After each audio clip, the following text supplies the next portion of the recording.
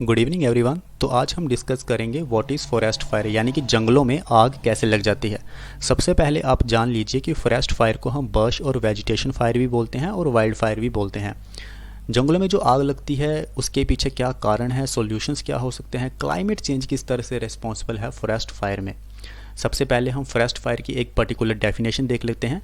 Forest fire, also called bush or vegetation fire or wildfire, it can be described as any uncontrolled and non-prescribed combustion or burning of plants in a natural setting such as forest, grassland, brushland और tundra. Tundra का जो reason है वो काफ़ी cold है, ठंडा होता है, लेकिन हमें वहाँ पे शॉर्ट समर्स देखने को मिलते हैं।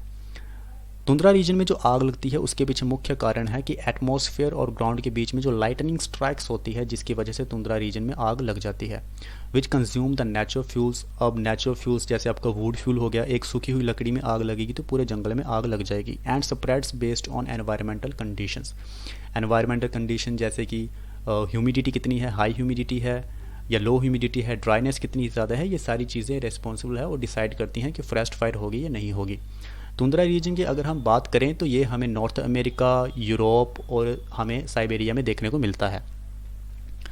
तीन चीज़ें सबसे ज़्यादा इंपॉर्टेंट है फॉरेस्ट फायर में, that is fuel, oxygen and heat source. यानी कि हीट का सोर्स क्या है, ऑक्सीजन कितनी है और फ्यूल का सोर्स क्या है, जैसे कि वुड फ्यूल हो गया।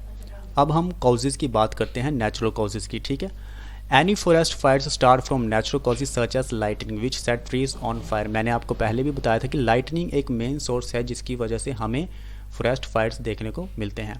उसके बाद high atmospheric temperatures and dryness, यानी कि लो ह्यूमिडिटी है, ड्राइनेस ज़्यादा है तो ज़्यादा चांसेस होते हैं कि वहाँ पे आग लग जाएगी, यानी कि फॉरेस्ट फायर हमें देखने को मिलेगा। अब हम मैन मेड कॉजेज़ की बात करते हैं कि मनुष्य जो है वो किस तरह से रेस्पॉन्सिबल है फॉरेस्ट फायर्स में। So fire is caused when a source of fire like naked flame, cigarette का इस्तेमाल किया जाता है, बीड़ी का इस्तेमाल किया जाता है और उसको फेंक दिया जाता है, उसकी वजह से आग लग जाती है। हमने जो बिजली की तारें बिछाई होती हैं, कई बार कुछ सर्कमस्टेंसेस ऐसे पैदा हो जाते हैं, यानी कि जो इलेक्ट्रिक स्पार्क हमें देखने को मिलता है उसकी वजह से भी आग लग जाती है जंगलों में। And any source of ignition comes into contact with the inflammable material. तो ये सारे मैन मेड कॉजेज़ हमने देखे फॉरेस्ट फायर में। अब हम क्लासीफाई करते हैं फॉरेस्ट फायर्स को, क्योंकि इसकी भी बहुत सारी टाइप्स होती हैं। कुछ सरफेस फायर होता है, ग्राउंड फायर होता है, अंडरग्राउंड फायर होता है। तो सबसे पहले हम डिस्कस करते हैं सरफेस फायर के बारे में। सो ए फॉरेस्ट फायर में burn primarily as a surface fire. Surface fire में क्या होता है कि हमें दिख जाता है कि आग लगी हुई है और वो ग्राउंड लेवल पे आग बढ़ती ही जा रही है, spreading along the ground as the surface litter. Surface litter क्या होता है, जैसे जो पुरानी टहनियाँ होती हैं, जो गिरे हुए पत्ते होते हैं, सूखे पत्ते होते हैं, उसे हम सरफेस लीटर बोल देते हैं। तो कई बार उनमें आग लग जाती है और वो आग फैलती जाती है पूरे जंगल में, जिसे हम सरफेस फायर बोल देते हैं on the forest floor and is engulfed by the spreading flames. उसके बाद हम बात करते हैं अंडरग्राउंड फायर की। अब अंडरग्राउंड फायर में क्या होता है कि हमें दिखाई ही नहीं देता कि आग लगी हुई है, लेकिन अंडरग्राउंड वो आग लगी होती है और वो फैलती जाती है पूरे जंगल में और उसको डिटेक्ट करना बहुत मुश्किल होता है और ये काफ़ी ज़्यादा नुकसानदायक भी होता है। सर्च fires travel slowly because of the limited supply of oxygen. Oxygen की सप्लाई कम होती है अंडरग्राउंड में और ये धीरे धीरे आग फैलती जाती है क्योंकि ऑक्सीजन की जो सप्लाई है वो कम होती है। But can burn for a very long time, लेकिन लंबे समय तक आग लगती रहती है। It becomes very hard to detect and control such type of fires. इस तरह की जो फायर्स होती हैं उनको डिटेक्ट करना और कंट्रोल करना बेहद मुश्किल होता है। They may continue to burn for months and destroy the vegetative cover of the soil. Soil में जो वेजिटेटिव कवर होता है उसको पूरी तरह से डिस्ट्रॉय कर देता है।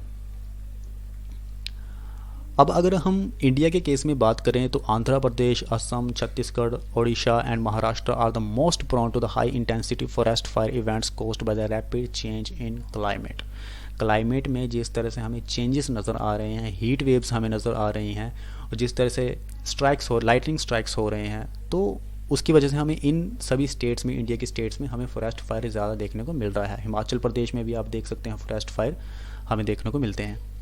Fire could be prevented in the summer through the removal of forest litter all along the forest boundary। देखिए, अब फॉरेस्ट फायर को अगर हमें रोकना है तो सबसे ज़्यादा इंपॉर्टेंट स्टेप तो यही होगा कि जो फॉरेस्ट लीटर होता है, जो पुरानी टहनियाँ होती हैं, जो सूखे हुए पत्ते होते हैं, जो डेड वेजिटेशन होती है, उन सबको हमें रिमूव करना है। उसको रिमूव करेंगे तो बहुत कम चांसेस होंगे कि फॉरेस्ट फायर हमें देखने को मिले। तो आज हमने डिस्कस किया फॉरेस्ट फायर के बारे में। आई होप सो आपको समझ में आया होगा। तो आज के लिए इतना ही, धन्यवाद।